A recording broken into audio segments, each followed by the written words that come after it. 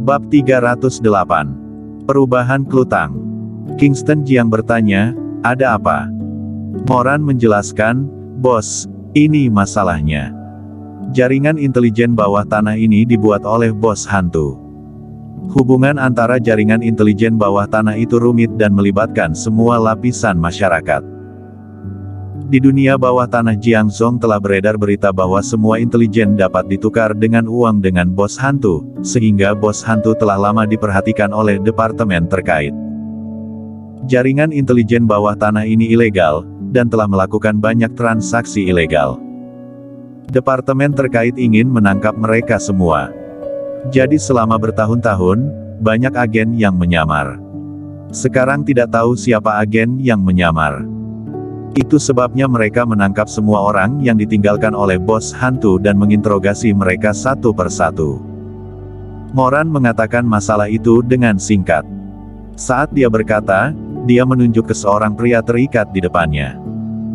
Pria itu berusia 40-an dan digantung. Dia dipukuli dan dilukai di sekujur tubuhnya. Darah yang tumpah dari tubuhnya menetes dan menetes ke tanah. Dia sedang sekarat saat ini. Beberapa bawahan menemukan bahwa dia diam-diam mengirim berita tentang jaringan intelijen bawah tanah, dan penerimanya adalah kepala polisi tertentu dari Departemen Keamanan Publik Provinsi. Kingston Jiang berjalan mendekat dan secara pribadi menurunkan pria itu. Pria itu berbaring di tanah, melirik Kingston Jiang, dan berkata dengan dingin, jika ingin bunuh, bunuh saja. Kalau aku sampai mengerutkan dahi, maka aku bukanlah seorang pria. Kingston Jiang menoleh untuk melihat Moran dan memarahi, kenapa diam saja, suruh semuanya lepaskan. Bos, ini. Moran terkejut. Kingston Jiang menunduk dan berkata, apakah kamu lupa siapa dirimu? Apakah kamu kira dirimu preman? Ya. Moran memerintahkan, lepaskan segera. Orang-orang yang diikat ini semuanya dibebaskan. Kingston Jiang memandang pria yang terbaring di tanah, tidak dapat berlari itu, dan bertanya, sudah berapa tahun kamu di sini? Pria itu mendengus dingin. Kingston Jiang berkata, biarkan dia kembali. Ya. Moran mengangguk, memandang orang-orang yang hadir, dan berkata, siapa rekan-rekannya, tolong bawa dia pergi segera. Orang-orang yang ditinggalkan bos hantu saling memandang satu sama lain, tetapi tidak ada yang maju untuk mengakuinya. Memang ada yang menyamar secara diam-diam. Tetapi mereka tahu bahwa begitu mereka berdiri dan mengakuinya, mereka benar-benar tidak bisa pergi. Kirim dia ke rumah sakit, yang lain, ayo pergi. Setelah Kingston Jiang memberi perintah, dia bangkit dan pergi. Moran mengikuti di belakang. Di ruang rahasia bawah tanah, ruangan tertentu. Moran berdiri dan bertanya, bos, apa yang kamu lakukan? Yang kami lakukan ini tersembunyi. Apakah benar-benar harus menunggu polisi datang dan membunuh kami semua? Kingston Jiang melirik Moran dan berkata dengan lemah. Bahkan jika seorang agen yang menyamar, kamu tidak perlu menyiksa orang seperti ini. Jangan lupa bahwa kamu juga seorang prajurit. Mereka semua adalah orang-orang sebangsamu. Untuk apa menyiksa orang-orang satu bangsa? Mengenai tempat ini diperhatikan oleh departemen terkait, nanti aku akan memberitahu Raja Xiaoyao, menyuruhnya memikirkan cara, dan menyerahkan masalah ini kepada bagian militer. Setelah masalah-masalah di Jiangzhong selesai, jaringan intelijen bawah tanah ini juga bubar. Baik. Kingston Jiang menyalakan sebatang rokok dan melanjutkan, namun, agen yang menyamar masih akan ditemukan. Aku akan menemukan mereka semua dan mengirim mereka semua. Jangan mempersulit mereka. Mereka juga bekerja dan itu tidak mudah. Tapi bos, orang-orang yang ditinggalkan oleh bos hantu telah bersama bos hantu selama beberapa tahun, dan beberapa telah bersama bos hantu selama lebih dari 10 tahun. Agak sulit untuk mengetahui siapa agen yang menyamar. Kalau begitu usir mereka semua, kata Kingston Jiang ringan. Tetap bos yang bijaksana. Berhenti menyanjung, aku akan tidur, berhenti membuat keributan dan membuatku tidak bisa tidur. Kingston Jiang bangkit dan pergi. Sedangkan Moran segera pergi untuk menangani masalah ini. Dia mengusir semua orang yang ditinggalkan oleh bos hantu.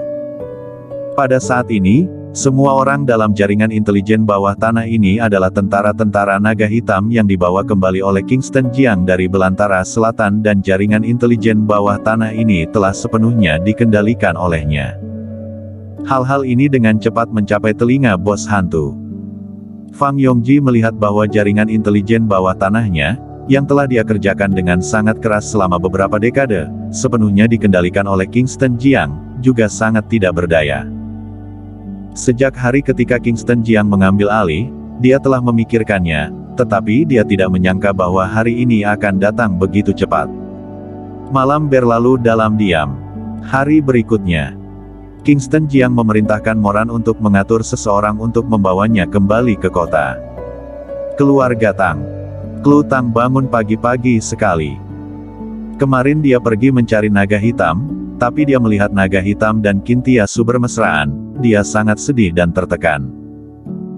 Dia merasa bahwa dia patah cinta, tetapi begitu Jasmine He mencerahkannya, dia mendapatkan kepercayaan diri lagi.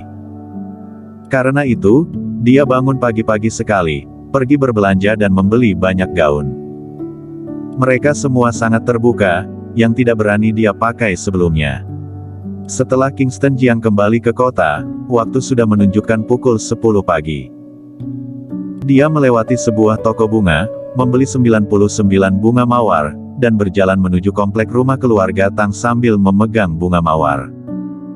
Segera setelah tiba di gerbang komplek, dia melihat dua wanita mendekat di kejauhan. "Claudie, terima kasih telah menemaniku untuk berbelanja sepanjang pagi." Klu Tang memutar banyak tas di tangannya. Dia tidak tahu banyak tentang membeli pakaian, jadi dia menelepon Claudie Tang pagi-pagi. Di bawah rekomendasi Claudie Tang, dia membeli banyak pakaian. Bahkan pakaian yang dia kenakan dibeli di pagi hari. Itu adalah gaun suspender kuning. Gaun itu sangat pendek, dan kaki putih panjangnya benar-benar terbuka. Ada 2 tali di atas, dan bahu yang seksi benar-benar terbuka. Garis lehernya sedikit rendah, sehingga bahkan bisa melihat branya. Mengenakan rok suspender ini, tingkat menoleh adalah 100%, dan beberapa orang bahkan diam-diam mengambil gambar dengan ponsel mereka. Awalnya Klu Tang merasa sedikit malu, namun seiring berjalannya waktu, dia terbiasa dengan tatapan yang dihargai oleh pria lain, merasa bahwa inilah pesona yang seharusnya dia miliki. Itu bukanlah apa-apa. Claudie Tang berkata sambil tersenyum, "Kak Klu, kamu seharusnya berpakaian seperti ini sejak lama. Kamu adalah kecantikan nomor 1 di Jiangzhou. Sekarang kamu berpakaian seperti ini. Orang-orang dan keluarga Tang juga mengandalkanmu untuk mendapatkan naga hitam dan membawa keluarga Tang menuju puncak kejayaan. Aku akan mencoba yang terbaik." Memikirkan naga hitam, Klu Tang memiliki senyum yang tak terlihat di wajahnya. Segera setelah Kingston Jiang tiba di gerbang komplek, dia melihat Klu Tang dan Claudie Tang berjalan bersama. Dia memegang 99 mawar dan dengan cepat berjalan ke depan Klu Tang, lalu memberikan mawarnya. Dengan senyum di wajahnya, dia berkata, "Klu, ini untukmu." Klu Tang melihat bahwa itu adalah Kingston Jiang. Senyum di wajahnya mengeras, digantikan oleh ekspresi jijik.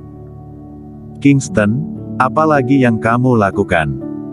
Kingston Jiang memegang mawar, tersenyum dan berkata, "Mengapa aku tidak boleh datang?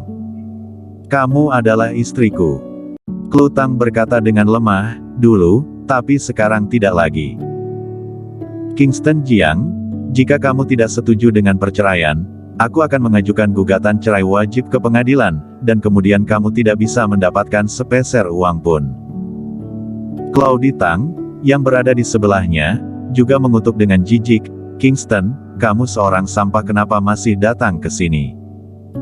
Apakah kamu tidak tahu Klu yang sekarang sudah tidak bisa kamu gapai? Kenapa tidak pergi bercermin dan melihat tampang dirimu?" Claudie Tang tidak menghormati Kingston Jiang sama sekali. Kingston Jiang tercengang sejenak. Bukankah Klu Tang melihat dirinya yang lain bermesraan dengan Kintiasu kemarin? Bukankah dia seharusnya sudah menyerah? Mengapa masih begitu acuh tak acuh pada dirinya? Klu, aku salah apa terhadapmu? Kingston Jiang memandang Klu Tang. Dia menekan kemarahan di hatinya sebanyak mungkin, memasang senyum di wajahnya sebanyak mungkin, dan membuat dirinya terlihat ramah. Klu Tang menggelengkan kepalanya dan berkata, kamu tidak bersalah padaku, aku yang bersalah padamu. Sudah bisa, kan? Kebersamaan kita, awalnya memang suatu kesalahan. Kamu tidak bisa memberiku kebahagiaan. Daripada dipandang rendah oleh keluarga Tang, lebih baik meninggalkan keluarga Tang lebih awal. Bukankah itu bagus? Klu Tang memandang Kingston Jiang dan mengatakan satu kata demi kata. Kingston, aku sangat berterima kasih, terima kasih atas kontribusimu secara diam-diam kepada keluarga Tang. Aku juga telah mencoba untuk hidup bersamamu dan melewati hari-hari bersamamu. Namun, bersama denganmu, tidak ada perasaan suka. Apakah kamu mengerti perasaan itu? Aku tidak ingin seumur hidupku terus seperti ini, tidak ingin melewati hidupku dengan seorang pria yang tidak kusukai. Bersambung.